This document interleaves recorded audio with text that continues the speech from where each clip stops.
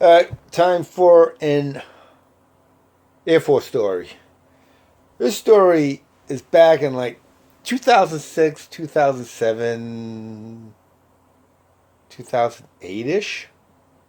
Um, the Air Force, for my 2 week drill, 3 years in a row, sent me to Bastrop, Texas for leadership training. But what it was basically training on infantry skills. You see, the Air Force doesn't have an infantry, obviously. It's the Air Force. So they're using their military police as infantrymen. And a lot of that training was infantry training. And I'm just speculating. Me going down there 3 times in a row because of my background. I think I was sent down there. But here's the story, though.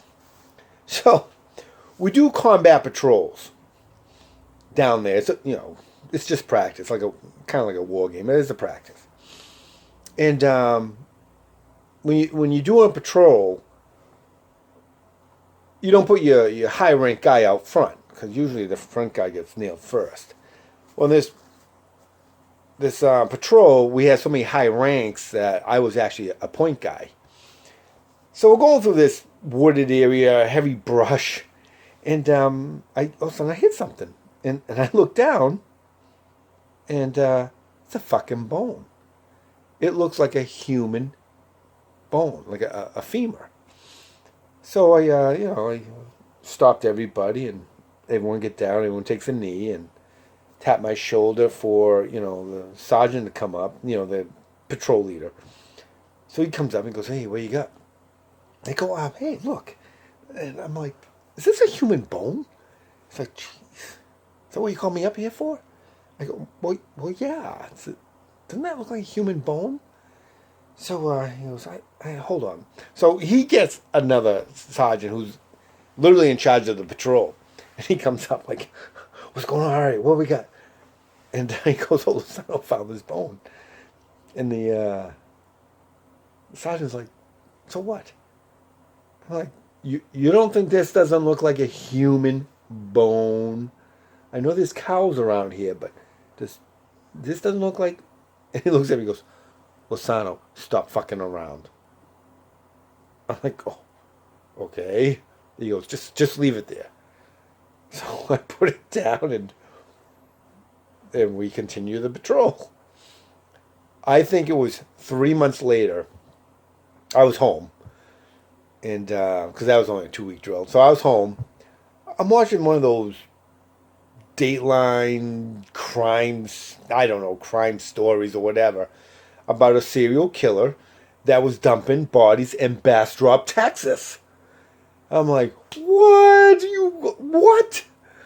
Yeah, this guy was going around killing people. And I was like, holy shit. I mean, what's the odds? So, I mean, I couldn't even find that bone today. I have no fucking idea where I was in Texas.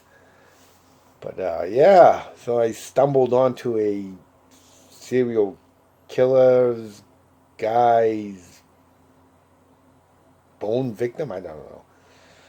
Anyways, so end of that story. Well, I'm going to add into this. So we do those war games, right? So I was there for 2 weeks. Well, there were these two stray dogs.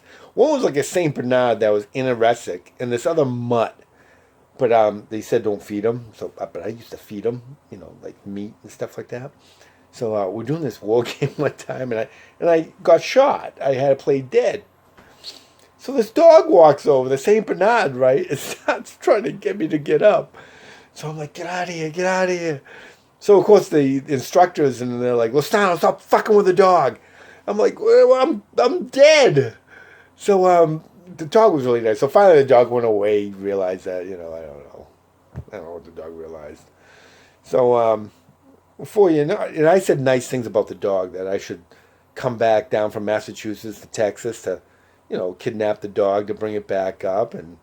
But I was just kidding. Before you know it, I'm in the office to like a first sergeant.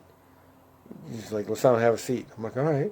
He goes, "There's talk around that you possibly might come back here." I'm like, no. Why the fuck would I come back here? He's like, you sure? I'm like, why would I? It's mineral wells. It's called miserable wells. Why would I even come back here? And he goes, you don't want. You're not going to come back and take that dog, the Saint Bernard. I go, the stray dog. And he's like, yeah. I'm like, no. Who the fuck told you that? He goes, well, Joe. Well, he didn't say Joe, but like, it's been talk that you're going to come back down here and grab the dog and bring it back up. I go, you think I would drive 2,000 miles to come down and pick up a stray dog? He's like, well, yeah, don't. Okay, First Sergeant. I will not come back and kidnap that dog. He goes, okay, well, I'm glad we have a good understanding. And that was it. I was like, walking out of that room, and I'm like, what the fuck just happened? Really? I mean, it was a nice dog, but really? All right, anyways, end of that story.